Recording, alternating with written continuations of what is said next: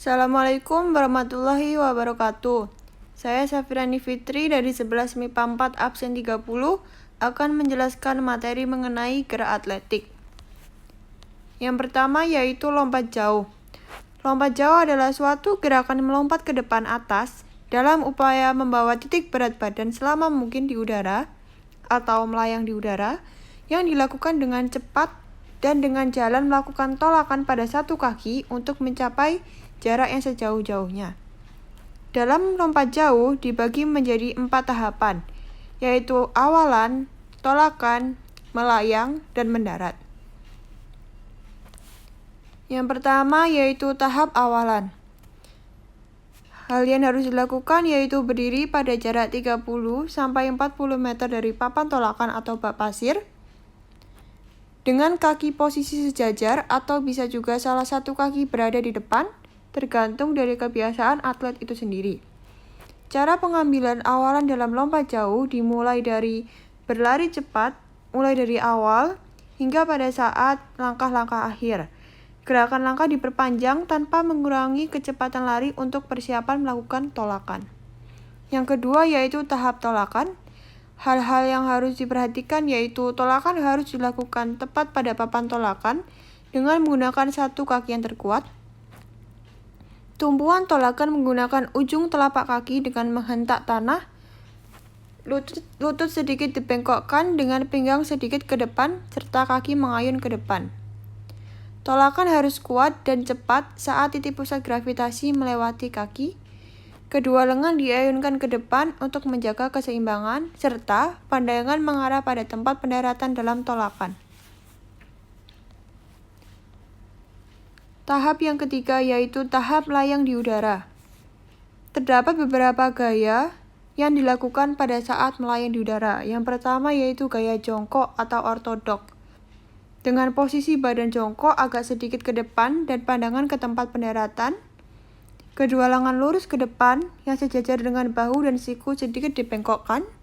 Kedua tungkai dalam posisi menggantung, lutut ditekuk dan telapak kaki menghadap ke bawah seperti pada gambar. Gaya yang kedua yaitu gaya menggantung atau hang style. Pandangan ke arah pendaratan, tubuh diusahakan tegak, kedua lengan mengarah ke atas, serta kedua kaki dalam sikap menggantung.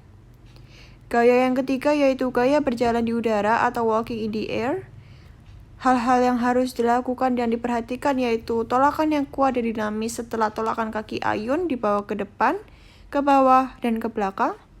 Kaki tolak membuat gerak yang berlawanan ke depan, langkah jalan yang khas, lengan kiri mengikuti irama kebalikannya dengan gerak kaki sebagai persiapan, kaki ayun dibawa ke belakang, kaki ditekuk hampir menyentuh pantat, kemudian berayun ke depan mendekati kaki lainnya. Kaki bagian bawah diangkat untuk dapat mendarat secara bersama-sama. Selanjutnya yaitu tahap paling akhir yaitu tahap mendarat. Yang perlu diperhatikan saat mendarat dalam lompat jauh adalah kedua kaki mendarat secara bersamaan, diikuti dengan dorongan pinggul ke depan, sehingga badan tidak cenderung jatuh ke belakang yang dapat berakibat fatal bagi atlet itu sendiri. Dengan kedua kaki diluruskan ke depan, rapat, lutut agak ditekuk, dan telapak kaki mengarah ke pendaratan, posisi badan dibawa ke depan, dan pandangan ke tempat pendaratan. Kedua lengan lurus ke depan dengan lutut agak dibengkokkan. Kedua kaki mendarat secara bersamaan seperti yang tadi saya sampaikan dalam posisi seimbang dan mengeper. Faktor-faktor yang mempengaruhi lompat jauh. Yang pertama ada kecepatan atau speed. Adalah kemampuan untuk memindahkan sebagian tubuh atau seluruhnya dari awalan sampai dengan pendaratan. Atau bertumpu pada papan atau balok sewaktu melakukan lompatan. Kecepatan banyak ditentukan kekuatan dan fleksibilitas. Kekuatan. Yang kedua adalah jumlah tenaga yang dapat dihasilkan oleh kelompok otot pada kontraksi maksimal pada saat melakukan pekerjaan atau latihan dalam melakukan lompatan. Faktor yang ketiga yaitu daya ledak. Kemampuan otot dalam melakukan tolakan tubuh melayang di udara saat lepas dari balok tumpu. Faktor yang keempat yaitu keseimbangan. Kemampuan untuk mempertahankan suatu sikap tubuh secara tertentu secara benar dari awal melakukan lompatan sampai selesai melakukan lompatan. Yang selanjutnya yaitu keterampilan, kemampuan untuk melakukan suatu gerakan motorik secara benar, dan faktor yang terakhir yaitu koordinasi, hal yang harus dimiliki oleh seorang atlet untuk dapat mengkoordinasikan gerakan maju dengan kebutuhan naik. Selanjutnya yaitu jalan cepat. Jalan cepat adalah bergerak ke depan tanpa hubungan terputus dengan tanah. Setiap melangkah, kaki depan harus menyentuh tanah sebelum kaki belakang meninggalkan tanah. Saat melangkah, satu kaki harus berada di tanah, maka kaki tersebut harus lurus dan lutut tidak bengkok, dan tumpuan kaki dalam keadaan posisi tegak lurus. Hal-hal yang harus diperhatikan saat jalan cepat. Yang pertama, perhatikan tokok. Saat bergerak maju, badannya cenderung lebih condong ke depan atau ke belakang. Oleh karenanya, untuk mempertahankan badan tetap tegak dan pundak jangan terangkat pada waktu lengan mengayun. Yang kedua yaitu posisi kepala. Ketika kaki diayunkan dan bergerak maju, pertahankan posisi kepala agar tetap stabil dan tidak mengganggu gerak. Umumnya, atlet jalan cepat akan menggelengkan kepala ke kanan dan ke kiri secara harmonis untuk menjaga keseimbangan. Namun, perlu diperhatikan juga agar gerakan tersebut tidak mempengaruhi kecepatan kaki ketika melangkah. Yang ketiga yaitu kaki waktu melangkah. Kaki melangkah lurus ke depan satu garis dengan garis khayal dari badan si pejalan, atau garis khayal di antara kedua ujung kaki, jari-jari segaris, tidak keluar atau ke dalam. Pada saat menumpu tumit harus mendarat lebih dahulu, terus bergerak ke arah depan secara teratur. Yang harus diperhatikan yang terakhir yaitu gerakan lengan dan bahu. Gerakan lengan mengayun dari muka ke belakang dan siku ditekuk tidak kurang dari 90 derajat.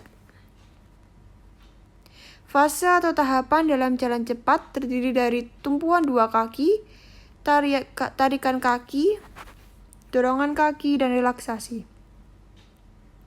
Fase tumpuan dua kaki. Fase ini terjadi sangat singkat. Pada saat kedua kaki menyentuh tanah, pada saat itu pula berakhir dorongan yang diikuti oleh gerakan tarikan.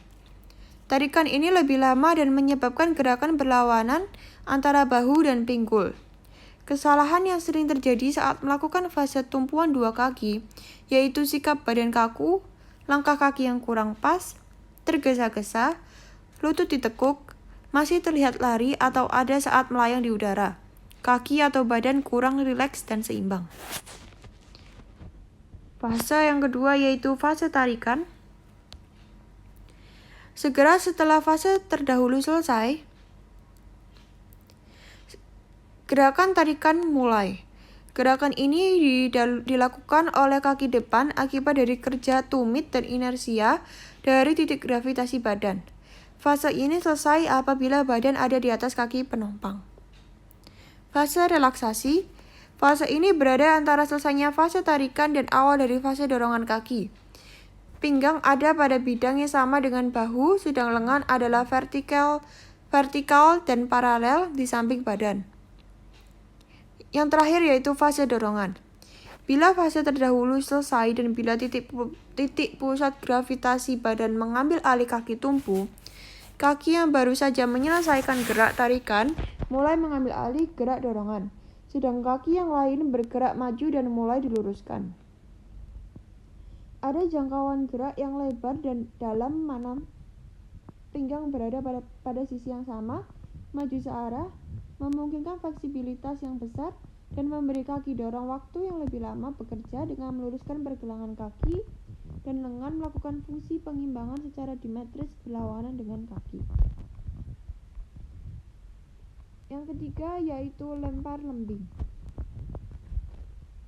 Lempar lembing adalah salah satu nomor yang terdapat dalam cabang olahraga atletik yang menggunakan alat bulat panjang yang berbentuk tombak dengan cara melempar sejauh-jauhnya. Cara memegang lembing yaitu yang pertama, pegangan dengan ibu jari dan telunjuk dengan cara Finlandia. Lembing diletakkan pada telapak tangan dengan ujung atau mata lembing serong hampir menuju arah badan. Kemudian jari tengah memegang tepian atau pangkal ujung dari tali diletakkan pada tepi belakang. Jari telunjuk harus lemas ke belakang, membantu menahan badan lembing, sedangkan jari-jari lainnya turut memegang lilitan pegangan di atasnya dalam keadaan lemas, seperti gambar nomor 1. Untuk gambar nomor 2 yaitu pegangan dengan ibu jari dan jari-jari tengah atau cara Amerika. Lembing diletakkan pada telapak tangan dengan ujung atau mata lembing serong hampir menuju ke arah badan. Kemudian, jari telunjuk memegang tepian atau pangkal dari ujung tali bagian belakang lembing. Dibantu dengan ibu jari diletakkan pada tepi belakang dari pegangan dan pada badan lembing serta dalam keadaan lurus. Ketiga, jari berimpit dan renggang dengan jari telunjuk turut membantu dan menutupi lilitan tali lembing. Cara yang ketiga yaitu pegangan dengan telunjuk dan jari-jari tengah atau cara menjepit, yaitu menjepitkan lembing di antara dua jari tengah dan jari telunjuk, sedangkan jari-jari lainnya memegang biasa. Kesalahan yang sering terjadi ketika memegang lembing adalah tidak memegang dengan cara yang baik dan nyaman, pegangan kurang kuat, dan tidak diikuti dengan gerak lanjut. Cara membawa lembing. Yang pertama yaitu lembing dipegang di atas pundak di samping kepala dengan mata lembing serong ke atas, siku tangan dilipat atau ditekuk mengarah ke depan seperti gambar nomor 1. Yang kedua yaitu membawa lembing di depan dada. Mata lembing menuju serong ke bawah sedangkan ekornya menuju serong ke atas melewati pundak sebelah kanan seperti gambar nomor 2. Dan untuk gambar nomor 3 yaitu membawa lembing di bawah dengan lengan kanan lurus ke bawah. Mata lembing menuju serong ke atas dan ekornya menuju serong ke bawah hampir dekat dengan tanah. Cara awalan lari ancang-ancang. Dalam lempar lembing ada dua macam awalan yang sering digunakan, yaitu awalan silang, cross step, dan awalan jangkit, hop step. Sifat-sifat teknisnya adalah sebagai berikut. Yang pertama, lembing dipegang horizontal atau mendatar di atas bahu. Yang kedua, bagian atas lembing setinggi kepala. Lengan diupayakan tetap tenang atau stabil. Lari percepatan adalah rileks, terkontrol, dan berirama 6-12 langkah. Serta lari percepatan sampai mencapai kecepatan optimum yang dipertahankan atau ditingkatkan dalam lari 5 langkah berirama. Kali ini saya akan membahas 5 langkah berirama. Fase lari 5 langkah berirama. Penarikan. Yang pertama yaitu penarikan lembing dimulai pada saat kaki kiri mendarat. Bahu kiri menghadap ke arah lemparan, lengan kiri ditahan di depan untuk keseimbangan.